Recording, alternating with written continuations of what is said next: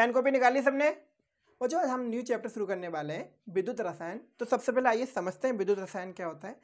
विद्युत रसायन रसायन विज्ञान की ऐसी शाखा है जिसके अंतर्गत विद्युत ऊर्जा को रासायनिक ऊर्जा में और रासायनिक को विद्युत ऊर्जा में परिवर्तित किया जाता है तथा इसके संबंधों का अध्ययन किया जाता है। ऐसी शाखा को विद्युत रसायन कहते हैं, इलेक्ट्रोकेमिस्ट्री कहते हैं। इतनी बात समझ आ गई। और सबसे पहला टॉपिक इसमें आता है चालक। तो हेडिंग डालिए चालक। तो चालक में लिखिए वे पदार्थ जो विद्युत धारा का संचालन करते हैं चालक कहलाते हैं। चालक कहलाते हैं। आगे इतनी बात समझ? मतलब ऐसे पदार्थ जिसमें से करंट फ्लो होगी वो क्या होंगे? चालक होंगे। ठीक है, आगे लिखो। ये दो प्रकार के होते हैं। दो प्रकार के होते हैं। आओ इसको समझो। चालक और कितने प्रकार के होते हैं? दो। तो सबसे पहला होता है इलेक्ट्रॉनिक चालक, जिसे धात्विक चालक भी बोलते हैं। क्या बोलते हैं? धात्विक चालक। दूसरा होता है विद्युत अपघट्य।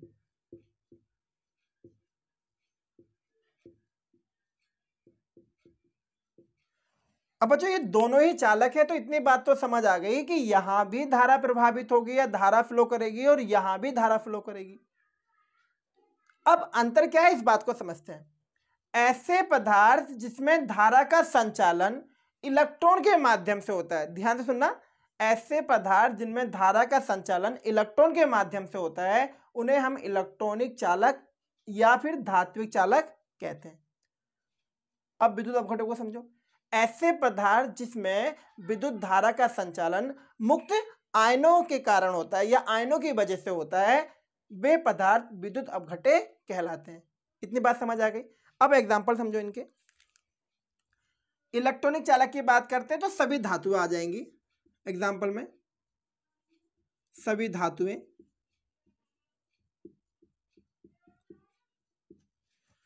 मिश्र धातु भी लिख सकते हो।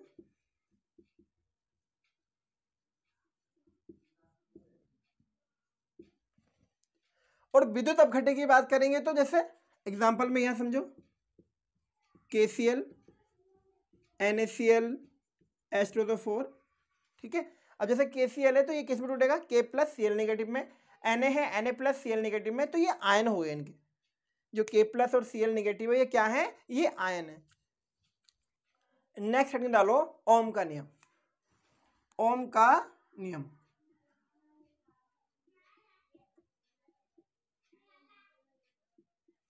इस नियम अनुसार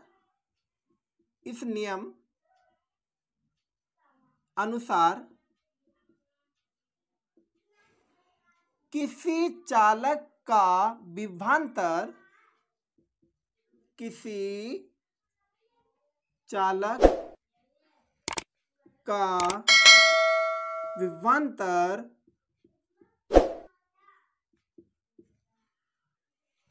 उस चालक में प्रवाहित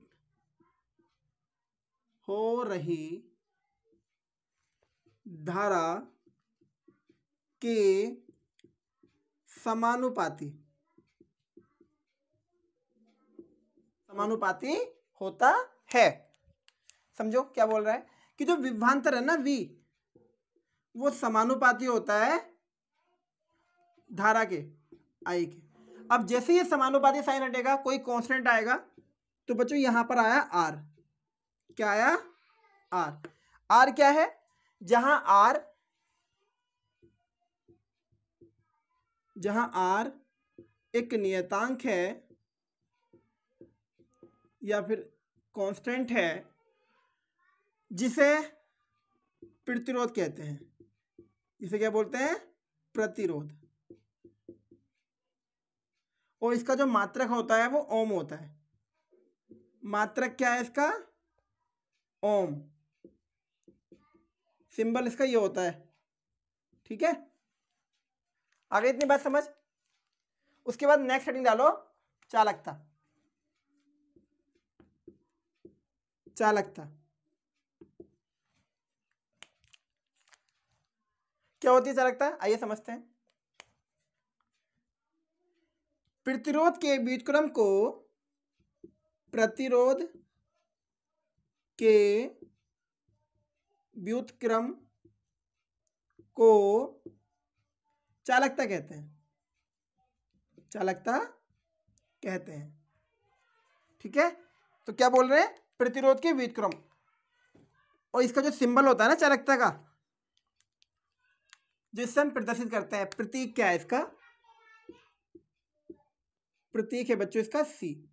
क्या है? C। तो क्या लिखा हमने? प्रतिरोध के व्युत्क्रम को चालकता कहते हैं। यानी हम लिख पाएंगे C = 1/R। C = 1/R। R क्या है? यहाँ प्रतिरोध है, और प्रतिरोध का जो मात्रक होता है वो क्या होता है? ओम होता है। अगर हमसे कोई चालकता का मात्रक पूछता है तो क्या लिखेंगे हम लोग? R/R है ना, तो R का क्या है? ओम। तो आपको पता है 1/ओम लिखा है, तो उसको हम क्या लिख सकते हैं? Ohm inverse. ओम इनवर्स क्या हो जाएगा? मात्रक ओम इनवर्स। विशिष्ट चालकता। विशिष्ट चालकता क्या होती है? विशिष्ट चालकता आ जाओ। विशिष्ट प्रतिरोध के व्युत्क्रम को विशिष्ट प्रतिरोध के व्युत्क्रम को विशिष्ट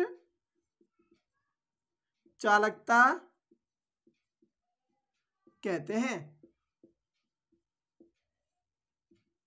विशिष्ट चालकता कहते हैं। इतनी बात समझ आ गई। इसका जो प्रतीक होता है बच्चों, जो सिंबल होता है इसका, प्रतीक जिससे हम इसे दिखाते हैं, स्मॉल के से दिखाते हैं, जिसको बोलते हैं कप्पा। क्या बोलते हैं? कप्पा। कटप्पा नहीं, कप्पा। क्या लिखा हमने? विशिष्ट प्रतिरोध के व्युत्क्रम को विशिष्ट चालकता कहते हैं। मतलब हम लिख सकते हैं K = 1/। अब जो विशिष्ट प्रतिरोध होता है ना, इसको हम लोग रो से दिखाते हैं। ये रहा आपका, और इसको समझ लो साइड में।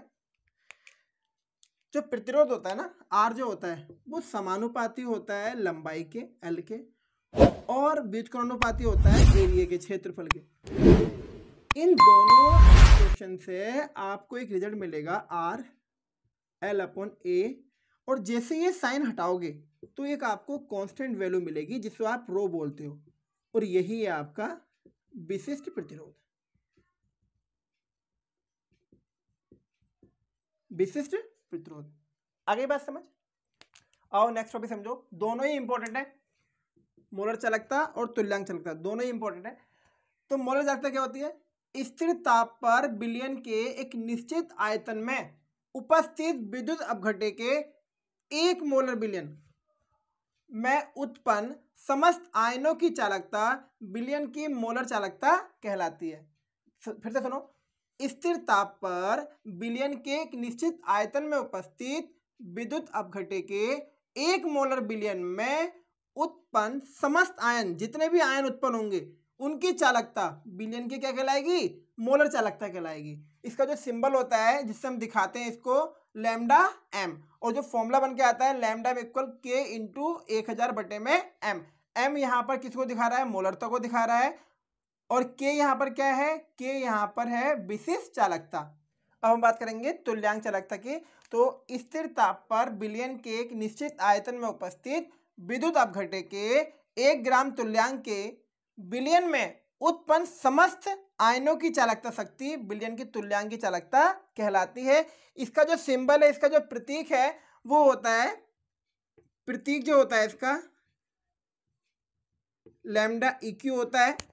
सेम है दोनों ही, अगर याद करोगे तो बस अंतर क्या है, यहाँ क्या है, ग्राम तुल्यांक की बात कर रहे हैं और यहाँ कर रहे हैं 1 मोलर विलयन की बात। ये दोनों, ये अंतर है, इसको ध्यान रखना, बाकी याद करने में आसानी हो जाएगी, कंपेयर करके याद कर लेना। तो प्रतीक लैम्डा EQ होता है। अब ध्यान दो, इसका जो फॉर्मूला बन के आता है वो आता है lambda EQ equal kappa into 1000, Kattappa नहीं कप्पा अपॉन में n यहाँ नॉर्मल था, ठीक है। इन दोनों से रिलेशन बनता है। अगर मैं इसको इक्वेशन फर्स्ट मान लूं और इसको सेकंड मान लूं तो देखो समीकरण 1 व 2 से तो हमें क्या रिजल्ट मिलेगा, लैम्डा m डिवाइड कर दिया हमने 1 को 2 से, ठीक है, EQ। तो देखो होगा क्या, जब तुम इसको ऊपर रखोगे इस वाली इक्वेशन को, तो k इंटू 1000 अपॉन में m और k इंटू 1000 अपॉन में n, तो ये वाली वैल्यू ना 1000 से 1000 कैसे के कट जाएगा और ये n ऊपर पहुंच जाएगा। तो हमारे पास क्या आ गया, lambda m EQ equal n upon में m। तो इसको भी ध्यान रख लेना, एक आध मार्क्स में पूछ ले कि तुल्यांक चालकता और मोलर चालकता में संबंध दिखाइए, तो पूछ सकता है वो, ठीक है। ध्यान रख लेना इनको, इसको अच्छे से पढ़ लेना। नेक्स्ट क्लास में हम लोग इससे न्यूमेरिकल करने वाले हैं, ठीक है। इन फॉर्मूलों को पढ़ के आना अच्छे से।